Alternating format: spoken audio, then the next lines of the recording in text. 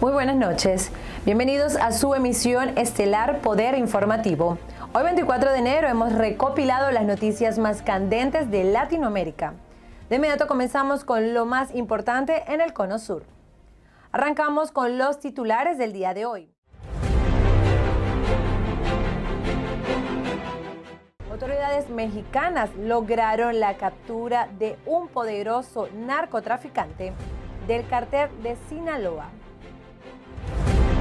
Venezolanos continúan con actividades de protesta en contra del régimen de Nicolás Maduro. Presidente de Francia continúa su visita en Colombia, destacando logros del proceso de paz. En República Dominicana inició la cumbre del CELAC, con la presencia de más de 10 presidentes de estados latinoamericanos y caribeños. Y en Bolivia, el presidente Evo Morales aspira a su cuarto mandato y trabaja sobre nuevos cambios en su gabinete presidencial. También conoceremos la historia de María Eugenia Gómez, una inmigrante argentina que cuenta su historia en Estados Unidos. Iniciamos nuestro recorrido informativo en México con una de las noticias más relevantes de hoy. Las autoridades mexicanas anunciaron el lunes la detención de Juan José, el hijo de Juan José Esparragosa, alias El Azul, quien fundó el cártel de Sinaloa con Joaquín Chapo Guzmán, quien fue detenido la semana pasada y acusado de distribuir droga y administrar recursos financieros de la organización. Este hombre es el hijo de Juan José Esparragosa, alias El Azul, quien fundó el cártel mexicano de Sinaloa con el encarcelado Joaquín El Chapo Guzmán. El sujeto enfrentará un juicio por narcotráfico tras ser detenido el jueves. Así lo informó el lunes el gobierno de México. Se trata de Juan José N., de 45 años de edad, originario de Culiacán, Sinaloa, probable responsable de coordinar una red de distribución de droga y administrar los recursos financieros de la organización delictiva. Según las autoridades, lo capturaron en Culiacán, Sinaloa, el mismo día que extraditaron a El Chapo Guzmán a Estados Unidos. Además, se le considera como generador de violencia en las ciudades fronterizas de Mexicali y Tijuana. Se presume que tras la extradición del Chapo, el hijo del Azul tomaría las riendas del poderoso cártel de Sinaloa.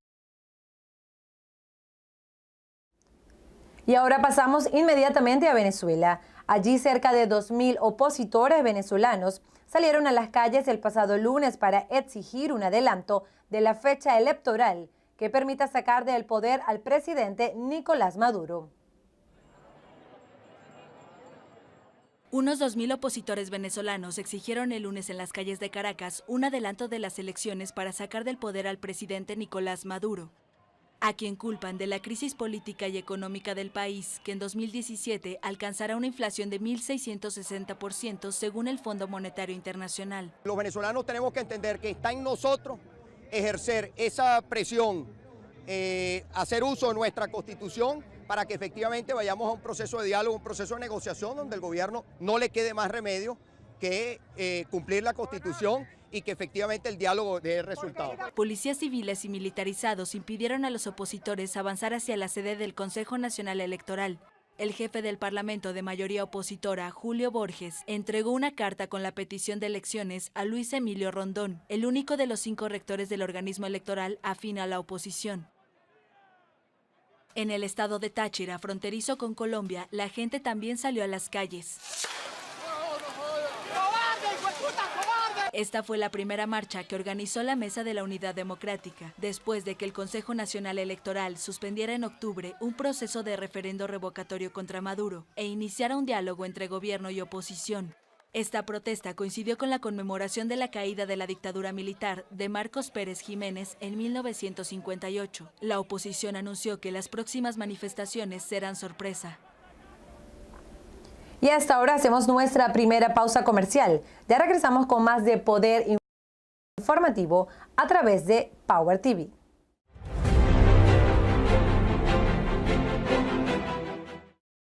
A perfectly balanced lager, recognized in 192 countries around the world. And we make sure by sending samples from all the breweries back to the Netherlands to taste. Really? You send every sample back? And it tastes the same everywhere. From Sydney to Santiago? From Cape Town to Chicago. From Kilimanjaro to Kalamazoo? From Tokyo to Toronto. From Panama City to New York City?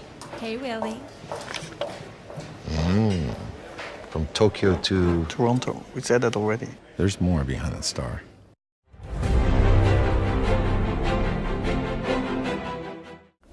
Estamos de regreso con más noticias a través de su noticiero Poder Informativo. Continuamos en República Dominicana. Allí, gobernantes de América Latina y el Caribe se reúnen hoy para dialogar sobre el narcotráfico, la seguridad alimentaria y migración, en momentos de incertidumbre sobre la política que adoptará hacia la región el nuevo presidente estadounidense Donald Trump. La localidad de Bávaro, al este de República Dominicana, se preparaba el lunes para recibir a los gobernantes que asistirán el miércoles a la quinta cumbre de la Comunidad de Estados Latinoamericanos y Caribeños. Los miembros de la CELAC dialogarán sobre seguridad alimentaria, narcotráfico y migración en momentos de incertidumbre sobre la política que adoptará hacia la región el nuevo presidente estadounidense Donald Trump. Con excepciones como Brasil y Chile, la mayoría de las naciones latinoamericanas tiene a Estados Unidos como su principal socio comercial. El Salvador asumirá el miércoles la presidencia rotatoria de la CELAC. Entre los mandatarios confirmados a la cumbre del organismo se encuentran los presidentes Raúl Castro de Cuba, Nicolás Maduro de Venezuela y Enrique Peña Nieto de México. Se descarta la presencia de Michel Temer de Brasil, Mauricio Macri de Argentina y Michelle Bachelet, que canceló el lunes su participación por los incendios forestales que azotan a Chile. Y ahora pasamos inmediatamente a Colombia. Allí el presidente de Francia, Hollande, destacó la labor del mandatario de Colombia, Juan Manuel Santos, esto en el proceso de paz con la guerrilla de las FARC. Revisemos esta información. El presidente de Francia, François Hollande, destacó el lunes el pacto firmado con la guerrilla FARC para acabar con el conflicto armado de más de 50 años en Colombia, donde realiza una visita oficial de 2 días. Si estoy aquí en Colombia, es primero que nada para reconocer el coraje y la determinación del presidente Santos,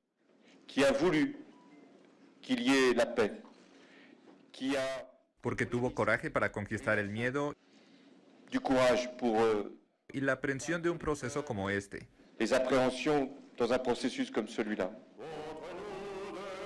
Durante una reunión con la comunidad francesa de Colombia, el mandatario europeo afirmó que su país estará para guiar y apoyar la implementación del acuerdo de paz. Lo que ocurre aquí es importante porque es uno de los conflictos más antiguos del mundo y ha encontrado solución. Hollande afirmó que en los inicios de los acuerdos de paz siempre hay incertidumbres y riesgos, por lo que pidió apoyo internacional para Colombia. El presidente francés visitará el martes una zona donde se concentrarán las FARC para su desarme y tránsito hacia la vida civil, bajo supervisión de la ONU. Como grave, desafortunado y un retroceso notable, calificaron los directores de la Real Academia Española y del Instituto de Cervantes la decisión del gobierno de Donald Trump de eliminar el sitio web de la Casa Blanca en español. Este es el mensaje que les aparecerá si intentan acceder a la versión en español de la web de la Casa Blanca. Y es que poco después de que el nuevo presidente de Estados Unidos, Donald Trump, tomara posesión de su cargo, esta versión desapareció de Internet. La versión en español se abrió por primera vez tras la llegada al poder del hoy expresidente Barack Obama, y hasta días antes del traspaso de mando tenía un blog dedicado a temas de interés de la comunidad hispana. Sin embargo, no es la única versión en español que ha sido eliminada de Internet. La nueva administración Trump, en la que no hay ningún latino en los puestos de responsabilidad del gabinete, ha ordenado también la clausura de otros instrumentos de comunicación en español, como son la cuenta La Casa Blanca que tenía en Twitter o su página de Facebook. Durante la campaña electoral, el magnate neoyorquino protagonizó varios momentos polémicos por sus críticas al uso del español en Estados Unidos, en un país donde más de 55 millones de personas hablan ese idioma. Nosotros hacemos una pausa comercial a esta hora y ya regresamos con más de las mejores noticias de Latinoamérica aquí en Power TV.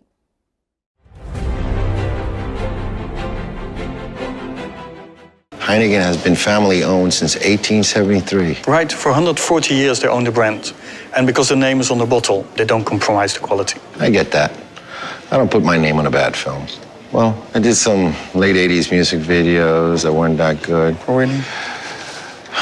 Yeah. Don't worry about it. You're still my third best actor.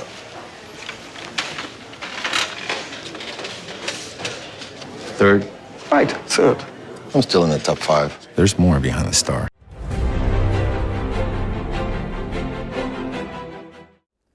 Regresamos con más del poder de la información y de inmediato pasamos a Bolivia. Allí el presidente Evo Morales anunció cambios profundos en su gabinete. Las reformas dejan fuera al canciller David Choquehuanca, quien había desempeñado el puesto desde el año 2006. El presidente de Bolivia, Evo Morales, anunció el lunes una reforma profunda de su gabinete. Los cambios del mandatario, que busca su reelección en 2019, han dejado fuera al canciller David Choquehuanca, que desempeñaba el puesto desde 2006 y será reemplazado por el abogado e investigador aymara Fernando Guanacuni. Hoy día, el vivir bien es una propuesta que camina por el mundo. No hemos encontrado otro proyecto que represente alternativas a escala global. Hemos sembrado esperanza en la humanidad entera y proyectado el liderazgo a nivel mundial de nuestro hermano Evo. Los cambios también dejaron fuera a su principal operador político, Juan Ramón Quintana, que será sustituido por el exparlamentario y también abogado René Martínez. Morales, en su 12º año en el poder, nombró a 10 nuevos ministros y ratificó a otros 10. Eliminó las carteras de transparencia y de autonomías que ahora integrarán otros ministerios. También creó el Ministerio de Energía, que estará a cargo de Rafael Alarcón. El 63% de la población rechaza que Morales se postule por 4ª vez a la presidencia. Por ello, busca mejorar su relación con la ciudadanía, resolviendo la excesiva burocracia que reconoce en sus ministerios. La capital cubana de La Habana sufre consecuencias de los fuertes vientos que en las últimas horas han alcanzado velocidades de hasta 60 kilómetros y olas de más de 5 metros de altura. Decenas de habitantes de diferentes barrios han sido evacuados.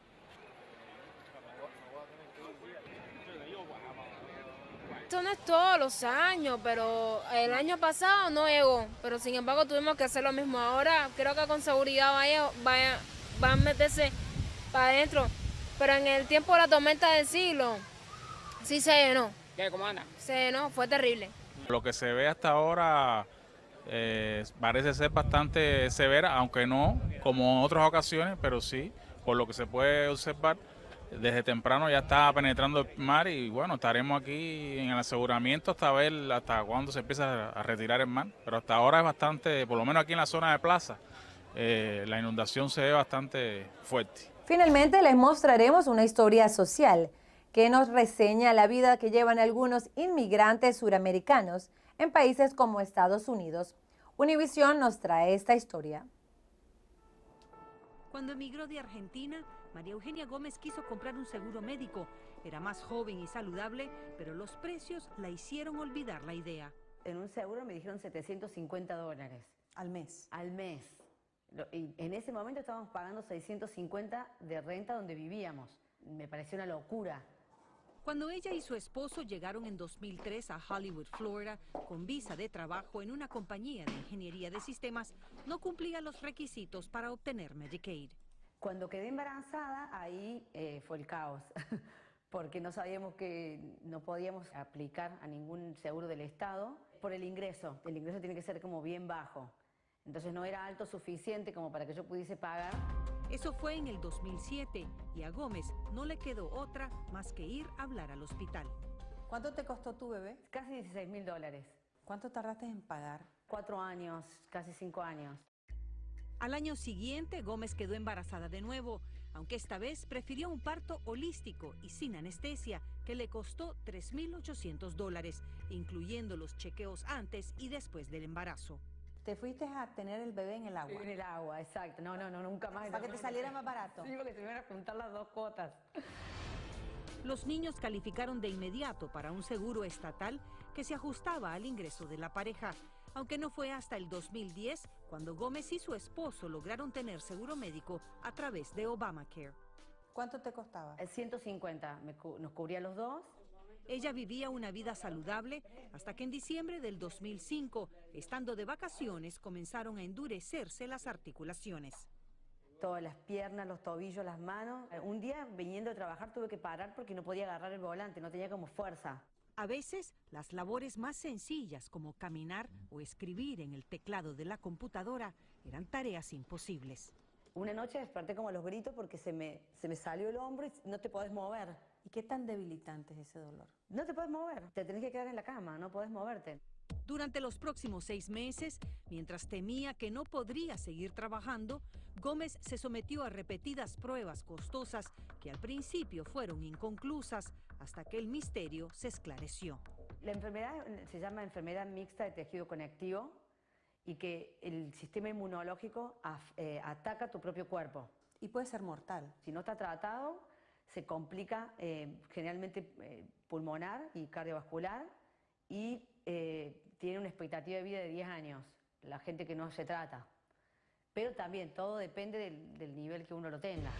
La enfermedad es muy rara. Consiste en que el mismo cuerpo ataca los tejidos que conectan los huesos. De no ser tratada, puede hasta causar inflamación del corazón, daño en los riñones y gangrena en los dedos. Por eso es importante mantener un control de los niveles de sangre. Yo creo que yo tuve suerte que solamente en 6 meses me descubrieron qué es. Gómez tuvo la dicha de que ya existía un medicamento que le devolvió su vida, eliminando todos los síntomas después de una semana. Tendría que tomarla por el resto de sus días. ¿Cuánto pagas tú? Acá pago $20 por mes. ¿Y qué pasó cuando intentaste comprar ese medicamento en Argentina? Salía $600. Carísimo. Además, cada 3 a 6 meses tiene que someterse a una serie de análisis de sangre que calcula podría costarle unos $2.000 sin el Obamacare. ¿Tienes ahorros de $3.000 para pagar tus exámenes de sangre? No, al momento. O sea que podría poner la tarjeta de crédito, es la única. Empezar a poner una tarjeta de crédito y hablar con la doctora para que me los haga menos seguido. Cuando escuchas toda esta discusión sobre el Obamacare, la ley de salud, ¿qué cruza por tu mente? ¿Qué voy a hacer si llegan a sacar por lo menos el punto de la condición preexistente? Pero tú ya estás planificando qué hacer, que te podés quedar sin seguro y qué es lo que tenés que hacer. Pienso que tendré que buscar un seguro y bueno, ajustar mi vida a eso, a lo que voy a poder pagar. O inclusive si necesito tener que irme a otro país para poder tratarme, si no lo voy a poder pagar acá. O sea, lo que sea necesario, porque así yo no podía vivir. Y de esta manera llegamos al final de nuestra edición del Poder de la Información a través de Power TV.